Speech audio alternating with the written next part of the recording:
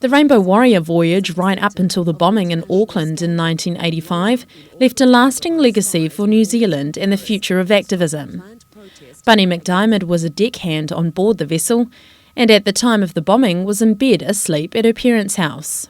It was hard to believe or imagine we just left straight away and went down to the harbour, and it wasn't until we saw the ship on its side that you really thought it was real, or really understood that it was real. That whole period was such a messy time, really. I mean, it was kind of wall-to-wall coverage in New Zealand at that time, and this is pre-internet, pre-mobile phones. So it was on the radio all day long, it was on the TV news at night, it led the TV news for months. It was sort of all around you all the time. It was his 29th birthday when campaigner Steve Sawyer found out about the bombing. While at a meeting in Piha, he received a phone call from Elaine Shaw, who ran the Greenpeace nuclear campaign in New Zealand at the time. And she called me and she said, "There's been a fire and an explosion on board the ship and it's sunk at the dock. Come now." I said, "Holy moly, okay." And then a few of us piled in the car and raced back to Auckland. And I remember really wanting to get back to Auckland before the top of the hour, because then the news would come on, and I really didn't want to hear it on the news. It was quite soon after the actual event that it was very soon after the actual event that it was clear that it was something that was done to us, not something that it happened to the ship itself. And then quite soon after that, where it was clear the French, it was the French government that was involved, or the French Secret Service that was involved. I remember when we came out of the substation, there were like 25 journalists standing there. You know, all the press wanted was a picture of some preferably female crew member crying. But Steve says he felt the support from people in New Zealand who were behind their campaign. That morning, about 10:30 or 11 o'clock, a soup kitchen turned up in the office. They just set up food for everybody, and people kept arriving with buckets full of money. I would go down there and try to get a taxi, and they would see me coming, and all the people would get out of the way and say, "You go to the front, you take the first taxi." And I would go into the little shop where we'd gone to get these, it was called spud something. You get these nice mashed potatoes stuffed with stuff. And I'd go in there and get something food, and I'd get up to the cash register, "No, we won't take your money."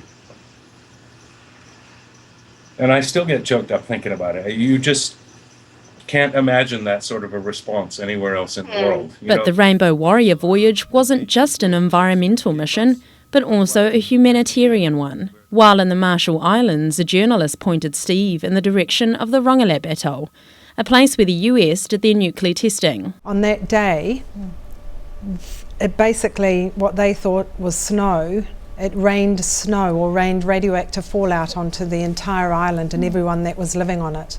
And from that moment on, people got very sick. And over the course of many, many years, they had all kinds of health problems, from jellyfish babies to one of the young boys died from leukemia. Wow. All kinds of different thyroid cancers that many of the children who were living there at the time got. So it had a huge impact on their culture, their health, their futures. So the decision to move the people to another island came with the help of the senator of Rongelap at the time, Gil Hanly. I actually got on the phone with the senator from Rongelap with the idea that we would maybe take a few of them and look around for some place where they might want to think about moving. And he said, "The hell with that. You have a ship, we want to move, let's do it." And I said, "Wow, okay."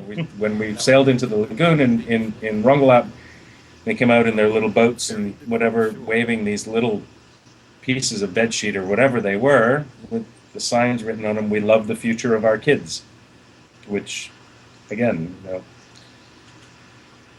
it's pretty hard to, it had a huge emotional impact. Seeing all those deformed kids and seeing all the women with the thyroid scars, from their thyroid operation. So many of them had thyroid removed. And it was just, and the fact that the other thing, which was incredibly powerful, was that, in Marshallese culture, we'd learned enough to know how in a place where land is in very short supply, it is the most precious commodity, and their identity and their history and their culture is very much bound up to their land, but they were willing to leave it in the face of a much larger threat. And it was you could tell they were completely ripped up by it, but they knew that it was the right thing to do. Bunny says there was a bit of resistance from some people. Nobody was ready to leave. Yeah. No bags were packed, really. And it took another kind of 3 days of their senator, Jet and Angine, talking again with them, going through why it was important to leave and what it meant to move to another community. And I can remember when we did arrive onto the island and they had this welcome for us, mostly the older women who were doing the welcoming. There was a line of the young men sort of further back sitting, and that was the only time, looking at that line of young men sitting on the ground looking at us, that I felt there was any kind of resistance to moving. Yeah. But people packed up everything. They took apart their entire houses.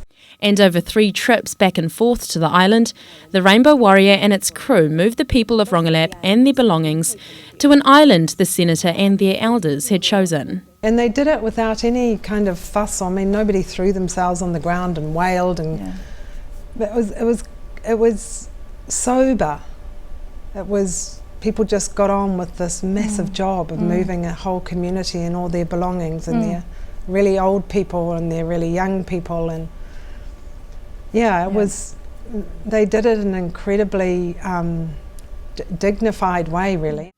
Steve says the experience changed all those involved. We ended up building a pretty strong bond with the Marshallese people that we dealt with, and I think the evacuation of Rongelap was for all of the crew, I think. I mean, they can speak for themselves, but I've talked with many of them over the years, and it was just an incredibly powerful experience, and we'd never done anything like that before.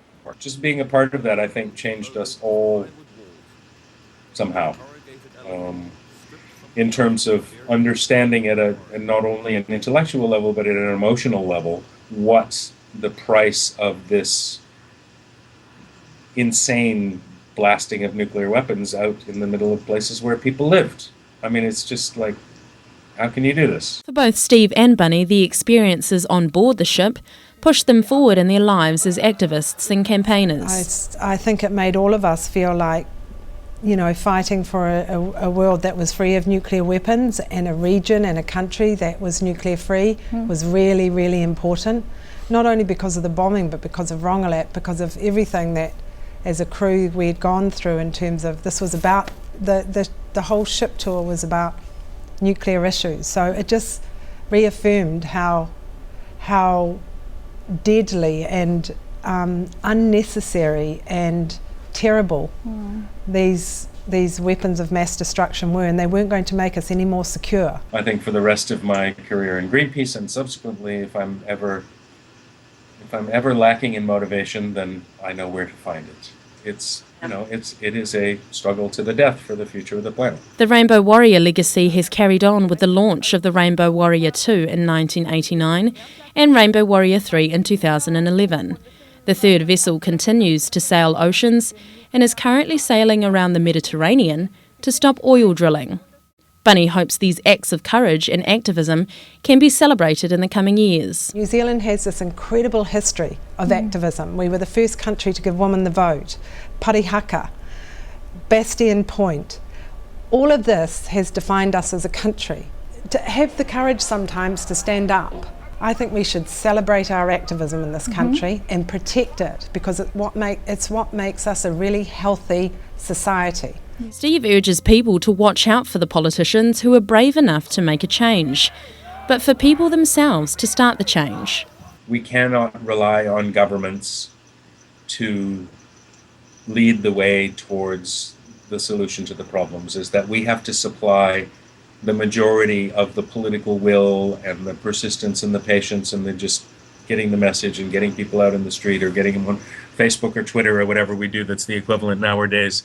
over and over and over and over and again. Bunny has recently given her notice as Executive Director of Greenpeace New Zealand, and they will be looking for a replacement by November. More stories and information can be found on the Eyes of Fire microsite, capturing Rainbow Warrior moments 30 years on. Alistair Carter for Pacific Media Watch.